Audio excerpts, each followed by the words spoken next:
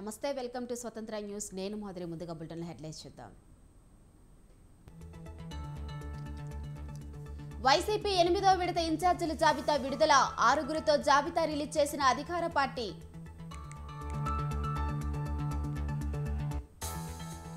హీటెక్కిన AP రాజకీయాలు. జగన్ను దించటమే లక్ష్యమన్న బాబు పవన్.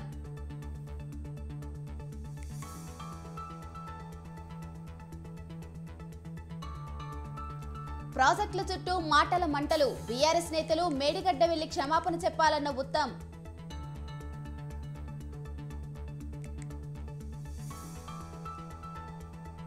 నేడు బీజేపీ కేంద్ర ఎన్నికల కమిటీ సమావేశం. లోక్సభ అభ్యర్థులపై కాషాయ దళం కసరత్తు.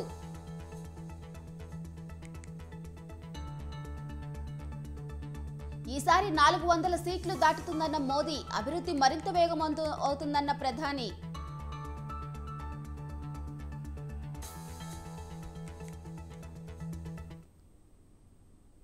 కూటమిలో ఎవరు ఎక్కువ తక్కువ కాదని టీడీపీ అధినేత చంద్రబాబు స్పష్టం చేశారు. ప్రజల కోసం కలిసి అడుగులు వేస్తున్నామన్నారు. తాడేపల్లిగూడెంలో తెలుగుదేశం పార్టీ జనసేన ఉమ్మడి సభలో ఆయన మాట్లాడారు. టీడీపీ జనసేన దెబ్బకు ఫ్యాన్ ముక్కలైపోవాలన్నారు. పొత్తు గెలవాలి, రాష్ట్రం నిలవాలన్నారు. వచ్చే 45 రోజుల్లో వైసీపీ గుండాలను ఎరగొట్టి మడత మంచంలో పెడతానని పవన్ కళ్యాణ్ హెచ్చరించారు. రాజకీయాల్లో సహకారం, సంగ్రామం రెండూ ఉంటాయన్న పవన్ 2024లో జనసేన సహకారం ఇవ్వవలసిన పరిస్థితి వచ్చిందన్నారు. వై నాట్ 175 అంటున్నాడు జగన్. మేము అడుగుతున్నాం, ఏమి పొడిచావని నీకు ఓటేయాలి. వై నాట్ 75 కాదు, వై నాట్ జాబ్ క్యాలెండర్. సమాధానం చెప్పు. Why not DSC, why not ఉచిత ఇసుక, వై నాట్ 175 గారి తమ్ముళ్ళు, వై నాట్ పులివెందల. ఇవన్నీ వదిలిపెట్టు జగన్మోహన్ రెడ్డి. ఊ కిల్డ్ బాబాయ్, సమాధానం చెప్పమని సవాలు విసురుతున్నా. న్యాయమవునా కాదా యువత? తమ్ముళ్ళు, జగన్ ఒక బ్లఫ్ మాస్టర్. ఈ రోజు ఇక్కడ చెప్తున్నా, జగన్మోహన్ రెడ్డి నా నియోజకవర్గంలో 1,00,000 మెజారిటీ వస్తాయి, నీ నాటకాలు ఎవ్వరూ పట్టించుకోరని మరొకసారి తెలియజేస్తున్నా. 5 ఏళ్లు పరిపాలన చూశారు, ఎక్కడికక్కడ అట్టర్ ఫ్లాప్ అయింది. దీనికి సీక్వెల్ ఉండదు. ఆ సినిమా అయిపోయింది, 40 రోజులే ఉంది. వైసీపీ రౌడీలకి రియల్ సినిమా 40 రోజుల తర్వాత చూపిస్తామని ఈ సభ ద్వారా హెచ్చరిస్తున్నా. మా పొత్తు వైసీపీ విముక్త ఆంధ్రప్రదేశ్ కోసం, తెలుగువాడి ఆత్మ గౌరవాన్ని కాపాడడం కోసం, ఒక వ్యక్తి అహంకారం వల్ల జరిగిన నష్టాన్ని ఒక సీనియర్ నేతగా నేను చూస్తూ ఊరుకొండలేను. ఇది ప్రజలు కుదిర్చిన పొత్తు, జనం కోరుకున్న పొత్తు, రాష్ట్రంలో వెలుగు నింపే పొత్తు. ప్రపంచమంతా తిరిగి యువతకు ఉద్యోగాలు ఇవ్వాలని 16 లక్షల కోట్ల రూపాయలు పెట్టుబడులు తెచ్చాం. 10 లక్షల మందికి ఉద్యోగాలు ఇచ్చాం. ఈ రోజు రాష్ట్రంలో ఒక సైకో పాలన ఉంది, అవునా కాదా అని మిమ్మల్ని అడుగుతున్నా. వైఎస్ఆర్ కాంగ్రెస్ పార్టీని చిత్తుగా ఓడించి సైకో నుంచి రాష్ట్రాన్ని విముక్తి చేయాలి. ఈ రోజు మేమిద్దరం కలిసి పొత్తులు పెట్టుకున్నాం. మాకు ఏమి భేషజాలు లేవు. ఈ రాష్ట్రాన్ని కాపాడడం కోసం అవసరమైతే ఎలాంటి త్యాగాలు చేయడానికైనా మేము సిద్ధంగా ఉన్నామని మరొకసారి విజ్ఞప్తి చేస్తున్నా. క్లాస్ వార్ అని చెప్పే జగన్ 5 కోట్ల మంది ప్రజల రాష్ట్రాన్ని 5 మందికి తాకట్టు పెట్టాడు. వైఎస్ జగన్ రెడ్డి, పెద్దిరెడ్డి రామచంద్రారెడ్డి, సజ్జల రామకృష్ణారెడ్డి, మిథున్ రెడ్డి, వైవి సుబ్బారెడ్డి, మిగతా అందరిని కలుపుకొని వీరు 5 మంది కోసం 5 కోట్ల మంది ప్రజలు ఈరోజు మనం తిప్పలు పడతా ఉన్నాం, కష్టాలు పడతా ఉన్నాం. ఉద్యోగాలు లేకుండా యువత రోడ్ల మీదకి వచ్చినారు. ఈ రోజున ఇది మారాలి. ఏదైనా మాట్లాడదామంటే గుండాలతో బెదిరింపులు, రౌడీలతో దాడులు. వైసీపీ గుండాయిజాన్ని చూసి భయపడకండి. మనం ఉన్నాం. ఉద్దండుడైన రాజకీయ నేత శ్రీ నారా చంద్రబాబు నాయుడు గారు ఉన్నారు. మనం ఉన్నాం. వచ్చే 45 రోజుల ఎన్నికల్లో వైసీపీ గుండాలకి, వైసీపీ క్రిమినల్స్ కి ఈ జెండా సభ నుంచి హెచ్చరిస్తున్నాం. వైసీపీ గుండాలు దాడి చేస్తే భయపడితే, బెదిరిస్తే నేను ఈ రోజున మీకు మాటిస్తున్నాను, వైసీపీ గుండాలకి మక్కెలు ఇరగ్గొట్టి మడత మంచంలో పెడతాం, మర్చిపోకండి. సిద్ధం సిద్ధం అని చావు కొడుతున్న వైఎస్ జగన్కి 2024 ఎన్నికలకి నీకు యుద్ధం ఇస్తాం. యువతరానికి ఏ సంపద విడిచిపెట్టాం? యుద్ధము, రక్తము, కన్నీరు తప్ప, గాయాలు, బాధలు, వేదనలు తప్ప. అందరినీ మోసం చేసిన వ్యక్తి. ఈ వ్యక్తికి సమాధానం చెప్పాల్సిన సమయం. సముద్రం ఒకటి కాళ్ళ దగ్గర కూర్చొని మొరగదు, తుఫాను గొంతు చిత్తం అనడం ఎరగదు, పర్వతం ఎవడికి వంగి సలాం చెయ్యదు. గొంతెత్తితే ఒక దేశపు జెండాకున్నంత పొగరుంది. జెండా సభ ఎందుకు పెట్టాను? మన పోరాటానికి స్ఫూర్తి అది, మన విజయానికి స్ఫూర్తి అది. 2024లో మన పొత్తు విజయానికి స్ఫూర్తి మన జెండాలు. అందుకే ఇది జెండా సభ పెట్టాం. ఎన్నికల్లో బూతుల్లో వైసీపీ రౌడీలు, గూండాలు బూత్ క్యాప్చరింగ్ చేస్తే ఆ జెండాని మడత పెట్టి కర్ర తీసుకొని ఎదుర్కొనేలాగా, అందుకని జెండా సభ పెట్టాం. రెడ్లకు నో, బీసీలకు ఎస్. ఆంధ్రప్రదేశ్ అసెంబ్లీ, పార్లమెంట్ ఎన్నికల్లో వైసీపీ అధినేత ఏపీ సీఎం జగన్ అనుసరిస్తున్న వ్యూహం ఇదేనా అంటే అవుననే చెప్పాలి. గతంలో రెడ్డి నేతలకు కేరఫ్గా కనిపించిన వైఎస్ఆర్ కాంగ్రెస్ పార్టీ ఇప్పుడు పూర్తిగా బలహీన వర్గాలకు వెన్నుతన్నుగా నిలిచే పార్టీలా మారిందనే వాదన బలంగా వినిపిస్తుంది. అందుకు తగినట్లుగానే నియోజకవర్గ ఇన్ఛార్జీల మార్పులు చేర్పుల వ్యవహారంలో పలువురు రెడ్డి సామాజిక వర్గానికి చెందిన నేతలు వైసీపీని వదిలి వెళ్లడాన్ని ప్రముఖంగా ప్రస్తావించవచ్చు. ఇంతకీ జగన్ అందుకున్న ఈ నినాదం ఎన్నికల్లో ఏ మేరకు ఫలించవచ్చన్నది ఇప్పుడు ఆసక్తి రేపుతుంది.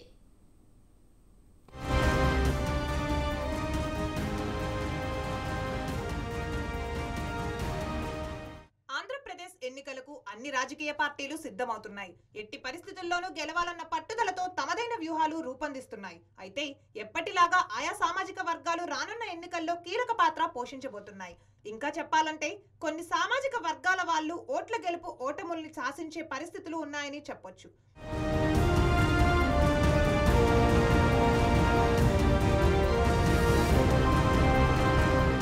విపక్ష కూటమిగా ఉన్న టీడీపీ, జనసేన ప్రధానంగా కమ్మ, కాపు ఓటు బ్యాంకుపై ఎక్కువగా దృష్టి సారించాయి. ఇక అధికార వైసీపీకి రెడ్డి సామాజిక వర్గం ఓటు బ్యాంకు వెన్నుదన్నుగా ఉంటుందన్నది అందరూ చెప్పే మాట. అలాగే గత ఎన్నికల్లో సీఎం జగన్ అధికారంలోకి వచ్చేందుకు కీలకంగా సహాయపడిన వారిలో ఎస్సీ, ఎస్టీ, బీసీ మైనారిటీలు పెద్ద సంఖ్యలో ఉన్నారు. కానీ ఇప్పుడు జరుగుతున్న పరిణామాలు చూస్తే మాత్రం ఇందుకు భిన్నంగా కనిపిస్తున్నాయన్న వాదన వినిపిస్తోంది. మరింత క్లియర్ కట్ గా చెప్పాలంటే రెడ్లకు నో, బీసీలకు ఎస్ అన్నది జగన్ నినాదంగా కనిపిస్తోంది.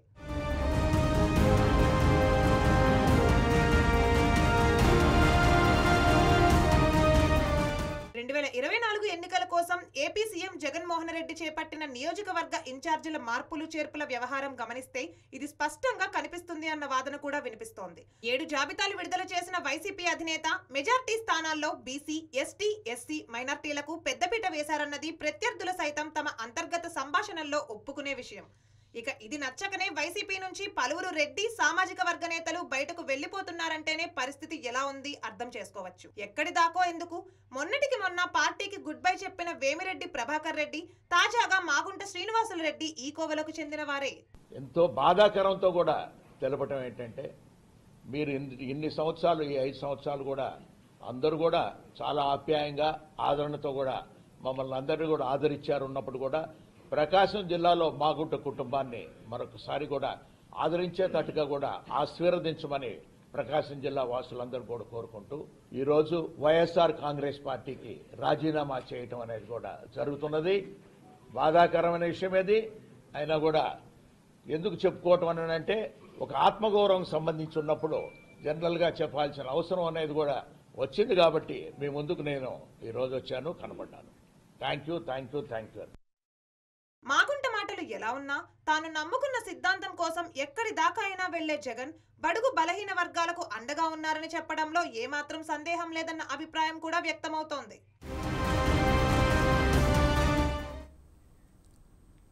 వైసీపీ ఎంపీ మాగుంట శ్రీనివాసులరెడ్డి రాజీనామా చేశారు. త్వరలో భవిష్యత్ కార్యాచరణ ప్రకటిస్తామన్నారు మాగుంట.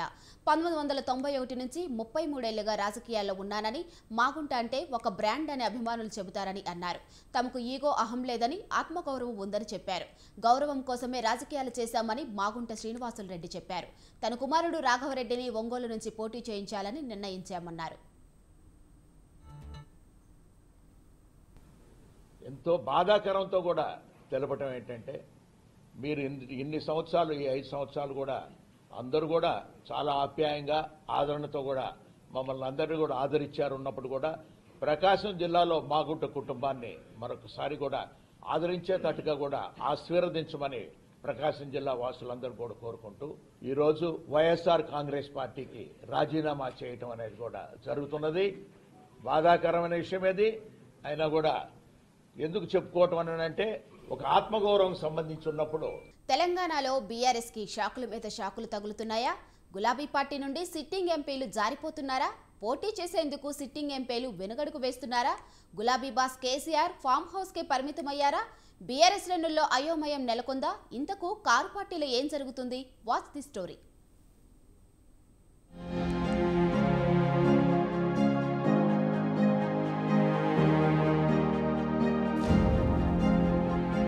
తెలంగాణలో అధికారం కోల్పోయిన తర్వాత బీఆర్ఎస్ కి షాకుల మీద షాకులు తగులుతున్నాయి. ప్రతిపక్షంలోకి రాగానే బీఆర్ఎస్ లో ఉన్న సిట్టింగ్ ఎంపీలు జారిపోతున్నారు.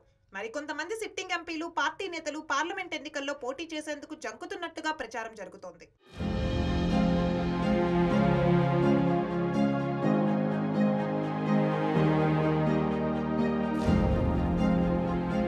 గత పార్లమెంట్ ఎన్నికల్లో బీఆర్ఎస్ 9 లోక్సభ స్థానాలు గెలిచింది.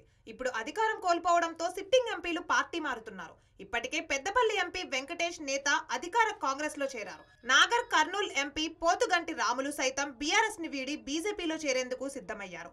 జహీరాబాద్ ఎంపీ బీబీ పాటిల్ కూడా బీఆర్ఎస్ ను వీడి బీజేపీలో చేరతారనే ప్రచారం జోరుగా జరుగుతోంది.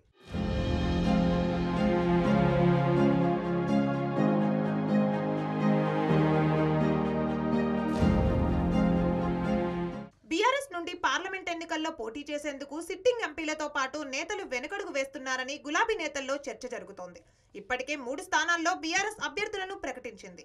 ఖమ్మం నుండి సిట్టింగ్ ఎంపీ నామా నాగేశ్వరరావు పోటీ చేస్తారని తెలిపింది.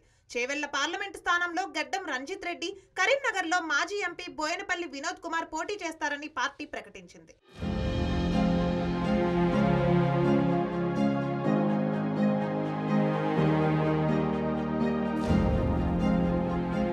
వచ్చే లోక్సభ ఎన్నికల పార్లమెంట్ స్థానాలపై బీఆర్ఎస్ తీవ్ర కసరత్తులు చేస్తోంది.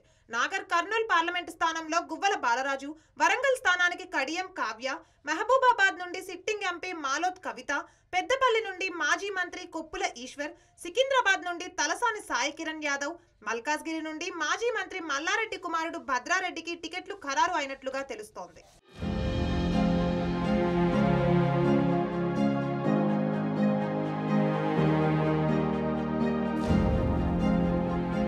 ఇక నల్గొండ పార్లమెంటు నుండి గుత్తా అమిత్ రెడ్డి, భువనగిరి ఎంపీ స్థానంలో మాజీ ఎమ్మెల్యే పైళ్ల శేఖర్ రెడ్డి బరిలో ఉంటారని ప్రచారం జరుగుతోంది. అదేవిధంగా మహబూబ్ నగర్ నుండి మాజీ ఎమ్మెల్యే ఆల వెంకటేశ్వర్ రెడ్డి లేదా మాజీ కార్పొరేషన్ చైర్మన్ అల్లిపురం వెంకటేశ్వర్ రెడ్డి నిలబడతారని ప్రచారం. నిజామాబాద్ నుండి మాజీ ఎమ్మెల్యే బాజిరెడ్డి గోవర్ధన్, మెదక్ పార్లమెంట్ స్థానం నుండి వంటేరు ప్రతాప్ రెడ్డి ఎంపీ ఎన్నికల్లో పోటీ చేస్తారని తెలుస్తోంది.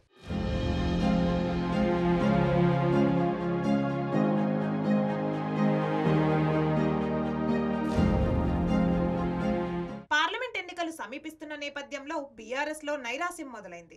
మరోవైపు అధినేత కేసీఆర్ ఫార్మ్ హౌస్ కు పరిమితమయ్యారు. దీంతో బీఆర్ఎస్ శ్రేణుల్లో అయోమయం నెలకొంది. ఒకవైపు నేతలను కాపాడుకోలేక, ఇంకోవైపు క్యాడర్ లో ఉన్న కన్ఫ్యూజన్ ను తొలగించడంలో గులాబీ బాస్ పూర్తిగా విఫలమవుతున్నారనే రాష్ట్ర వ్యాప్తంగా చర్చ జరుగుతోంది. వచ్చే పార్లమెంట్ ఎన్నికల్లో 1 కంటే ఎక్కువ స్థానాలు గెలిచి చూపించాలని ఇప్పటికే అధికార కాంగ్రెస్, బీజేపీలు సవాల్ విసిరాయి. దీంతో బీఆర్ఎస్ కి ఈ పార్లమెంట్ ఎన్నికలు ప్రతిష్టాత్మకంగా మారాయి.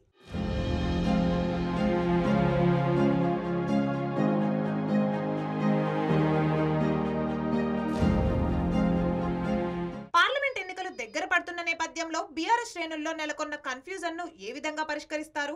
పార్లమెంట్ ఎన్నికల నాటికి బీఆర్ఎస్ లో ఉన్న సిట్టింగ్ ఎంపీలు ఎంతమంది పార్టీ మారతారనేది చూడాలి మరి.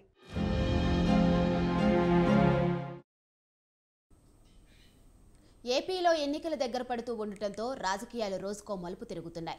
ఇప్పటికే వైసీపీ అభ్యర్థుల మార్పు చేర్పులతో సమరానికి సిద్ధం అంటుంది. మరోవైపు టీడీపీ సైతం దూకుడు పెంచింది. తాజాగా టీడీపీ జనసేన ఉమ్మడి తొలి జాబితాను విడుదల చేసింది. మిగతా సీట్ల కోసం ఇప్పటికే కసరత్తు మొదలుపెట్టారు. అయితే కర్నూలు జిల్లాలో మాత్రం అధికార ప్రతిపక్ష పార్టీలు అభ్యర్థుల ఎంపికపై తర్జన భర్జనలు పడుతున్నాయి.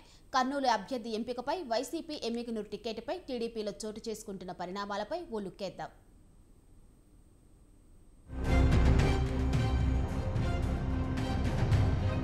రాజకీయంగా ఉమ్మడి కర్నూలు జిల్లాకు ఎంతో పేరుంది. అలాంటి జిల్లాలో నేడు అధికార వైసీపీ, ప్రతిపక్ష టీడీపీ అభ్యర్థుల ఎంపికపై తర్జన భర్జనలు పడుతున్నాయి. కర్నూలు నియోజకవర్గ వైసీపీ సమన్వయకర్త డాక్టర్ ఇలియాస్ బాషా పేరు కొలిక్కి వచ్చింది. ఇదే సమయంలో ఆ స్థానంలో తన భార్య పేరును పరిశీలించాలని అధిష్టానాన్ని కోరారు బాషా. మహిళా అభ్యర్థిత్వంపై చూద్దాములే అన్నట్లుగా అధిష్టానం ఉన్నట్లుగా సమాచారం. అయితే ఈ నేపథ్యంలోనే కర్నూలు నియోజకవర్గ సమన్వయకర్తగా ఓ ఐఏఎస్ పేరును కొత్తగా తెర మీదకు తీసుకొచ్చింది అధిష్టానం. దీంతో వైసీపీ కర్నూలు అభ్యర్థిపై ఉత్కంఠ నెలకొంది.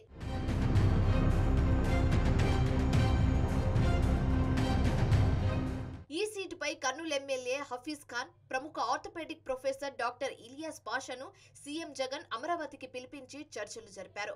కర్నూలు నియోజకవర్గ సమన్వయకర్తగా డాక్టర్ ఇలియాస్ ను ఎంపిక చేస్తున్నామని, పార్టీ అధికారంలోకి వస్తే రాజ్యసభ సీటు కేటాయిస్తామని హఫీజ్ ఖాన్ కు చెప్పినట్లుగా సమాచారం. నియోజకవర్గ సమన్వయకర్తగా డాక్టర్ ఇలియాస్ పేరు ఖరారు అవుతుందన్న సమాచారంతో ఎమ్మెల్యే హఫీజ్ ఖాన్ వర్గీయులు ఆందోళన కార్యక్రమాలు చేపట్టారు. రాజీనామా చేస్తామని పార్టీకి చెందిన జిల్లా కోఆర్డినేటర్ రామసుబ్బారెడ్డి సమక్షంలోనే ఓ కార్యకర్త పెట్రోల్ పోసుకుని నిప్పంటించుకునేందుకు ప్రయత్నించిన ఘటనలు చోటు చేసుకున్నాయి. అయితే కర్నూలు వైసీపీ సమన్వయకర్తగా డాక్టర్ ఇలియాస్ బాషా పేరు నియోజకవర్గములో చర్చనీయాంశంగా మారింది. ఈ నేపథ్యంలోనే హఠాత్తుగా డాక్టర్ ఇలియాస్ బాషా ఆ స్థానంలో తన భార్యను ఎంపిక చేయాలని అధిష్టానానికి తెలియజేసినట్లుగా సమాచారం. దీనిపై పార్టీ అధిష్టానం కూడా ఆలోచనలో పడినట్లుగా తెలుస్తోంది. ఇదే అంశంపై ఐఏఎస్ అధికారి ఇమ్తియాజ్ అహ్మద్ ను రంగంలోకి దింపుతున్నట్లుగా తెలుస్తోంది. ప్రస్తుతం మైనారిటీ సంక్షేమ శాఖ తరఫున ఐఏఎస్ అధికారి కీలకంగా వ్యవహరిస్తున్నారు.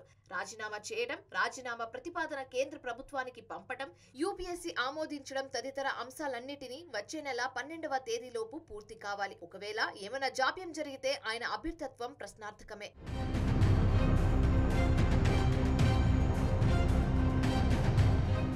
ఇక ఇదే జిల్లాలోని ఎమ్మిగనూరు నియోజకవర్గ అభ్యర్థిత్వంపై టీడీపీ తీవ్ర కసరత్తు చేస్తుంది. ఇటీవల ప్రకటించిన తొలి జాబితాలో ఎమ్మిగనూరు అభ్యర్థిని టీడీపీ ప్రకటించలేదు. దీంతో ఈ సీటుపై పార్టీ కార్యకర్తలు సందిగ్ధంలో పడ్డారు. టీడీపీ టికెట్ కోసం మాజీ MLA BV Jayanageswar Reddy, BC వర్గానికి చెందిన డాక్టర్ మాచాని సోమనాథ్ ప్రయత్నిస్తున్నారు. అయితే వైసీపీ మాత్రం ఎమ్మిగనూరు టికెట్ ను బీసీకి కేటాయించింది. కర్నూలు ఎంపీ బుట్ట రేణుకకు కట్టబెట్టింది. దీంతో టీడీపీ కూడా ఈసారి ఎమ్మిగనూరు టికెట్ ను బీసీలకు కేటాయించాలనే ఆలోచనలో ఉన్నట్లుగా సమాచారం.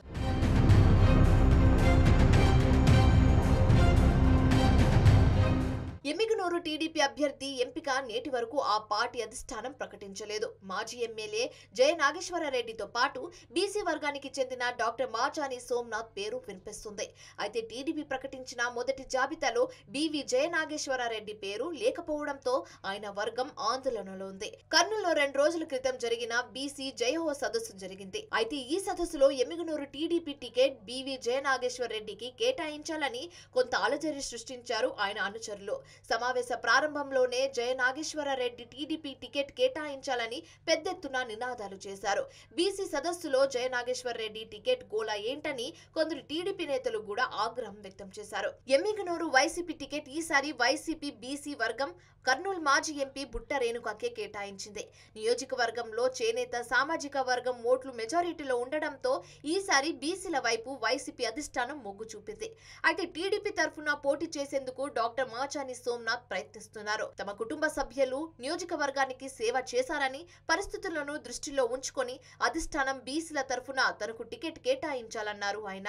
అయితే ఇప్పటికే టీడీపీ సూపర్ 6 పథకాలను నియోజకవర్గం అంతా ఫ్లెక్సీలను ఏర్పాటు చేశారు. అయితే ఈ నేపథ్యంలో కొందరు గుర్తు తెలియని దుండగులు గోనెగండ్లలో డాక్టర్ మాచాని సోమనాథ్ ఏర్పాటు చేసిన ఫ్లెక్సీలను తొలగించారు. అయితే ఈ నియోజకవర్గం తరఫున వైసీపీ బీసీలకు టికెట్ కేటాయించడంతో టీడీపీ కూడా అదే వ్యూహం అనుసరిస్తుంది కనిపిస్తుందా లేక మాజీ ఎమ్మెల్యే వైపే మొగ్గు చూపుతుందా అనేది తేలాల్సి ఉంది. అయితే టీడీపీ ఆశిస్తున్న డాక్టర్ మాచాని సోమనాథ్ వైసీపీ అభ్యర్థి బుట్ట రేణుకకు స్వయాన అల్లుడు వరుస అవుతారు. టీడీపీ మాచాని సోమనాథ్ వైపు మొగ్గు చూపితే అత్త అల్లుడు మధ్య ఎన్నికల పోరాటం ఉంటుందని రాజకీయ వర్గాల్లో చర్చ నడుస్తుంది.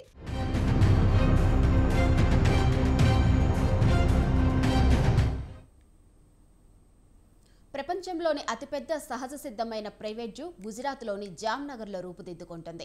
ప్రైవేట్ జూ అంటే ఆశ్చర్యం కలగక మానదు. ఎన్నో రంగాలకు విస్తరిస్తున్న రిలయన్స్ ఇండస్ట్రీస్ లిమిటెడ్ ఆధ్వర్యంలో ఈ జూలాజికల్ పార్క్ సాకారమవుతుంది. పర్యావరణ పరిరక్షణ, జంతువుల సహజ సంరక్షణ కేంద్రంగా అతిపెద్ద జంతు ప్రదర్శనశాలను అభివృద్ధి చేసేందుకు రిలయన్స్ ప్రణాళిక రచించింది. దీనిని Greens zoological rescue and rehabilitation కింగ్డమ్గా వ్యవహరిస్తున్నారు. రిలయన్స్ జూకు వన్తారగా నామకరణం చేశారు.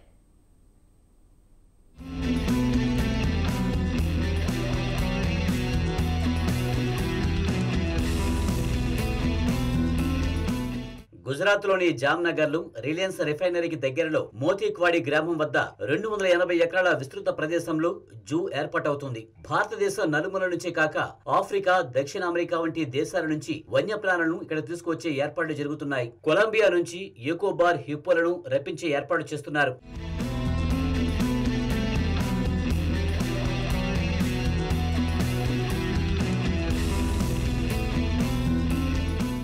Greens zoological rescue and rehabilitation kingdom కు అన్ని విధాల అనుమతులు లభించాయి. దీనిని 2019 ఫిబ్రవరి 12న సెంట్రల్ జూ అథారిటీ ఆమోదించింది. 2020లో గుజరాత్ ప్రాంతంలో అడవి నుంచి పట్టుబడిన 12 చిరుతలను మొదట జూకు తరలించారు. అలాగే మహారాష్ట్ర గడ్చిరోలిలోని కమలాపూర్ ఏనుగుల శిబిరంలో 16 ఏనుగులను ఈ రిహాబిలిటేషన్ కింగ్డమ్ కు పంపాలని నిర్ణయించాయి. మహారాష్ట్ర అటవీ శాఖ ఇటీవల పర్యావరణ, అటవీ, వాతావరణ మార్పుల మంత్రిత్వ శాఖకు చెందిన ప్రాజెక్ట్ ఎలిఫెంట్ విభాగం నుండి ఈ మేరకు అనుమతి పొందింది. 1992లో స్థాపించబడిన ప్రాజెక్ట్ ఎలిఫెంట్ స్వేచ్ఛాయుత ఆసియా ఏనుగుల వన్యప్రాణుల నిర్వహణ కోసం రాష్ట్రాలకు సాంకేతిక, ఆర్థిక మద్దతును అందిస్తుంది.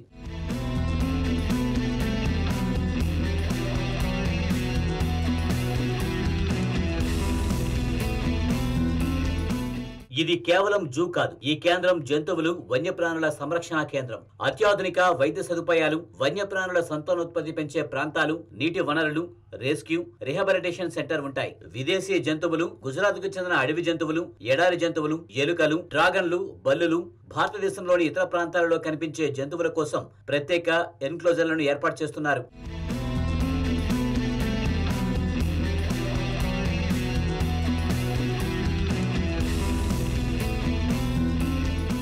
విదేశీ జంతువులలో జిరాఫీ, జీబ్రా, ఉష్ట్రపక్షి, కంగారు, తెల్ల ఖడ్గమృగం, ఆఫ్రికన్ సింహం, ఆఫ్రికన్ ఏనుగు, చిరుత, జాగ్వార్, పిగ్మీ హిప్పో, చింపాంజీలు, గొరిల్లాలు, కొమోడో డ్రాగన్లు, ఆకుపచ్చ, పసుపు అనకొండలు వంటి వాటికి ఇక్కడ స్థానం కల్పిస్తారు.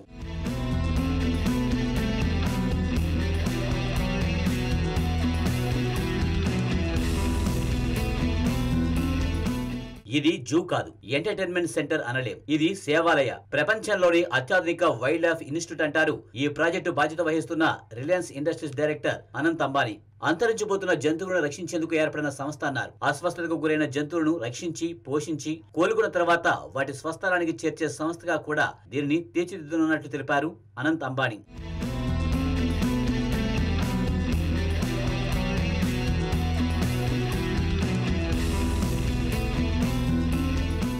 రిలయన్స్ జంతు ప్రదర్శనశాల భారతదేశంలో మొదటి ప్రైవేట్ జంతు ప్రదర్శనశాల కాదు. బ్రిటిష్ రాజనీతిజ్ఞుడు సర్ థామస్ సంఫోర్డ్ రాఫెల్స్ 1800వ సంవత్సరంలో రీజెంట్స్ పార్క్ లో లండన్ జూను స్థాపించాడు. ఇది ప్రపంచంలోనే మొదటి ఆధునిక జంతు ప్రదర్శనశాలగా పిలుస్తారు. గవర్నర్ జనరల్ రిచర్డ్ వెల్లెస్లీ నిర్మించిన కోల్కతా జూ పార్క్ ఆసియాలోని మొదటి జంతు ప్రదర్శనశాల.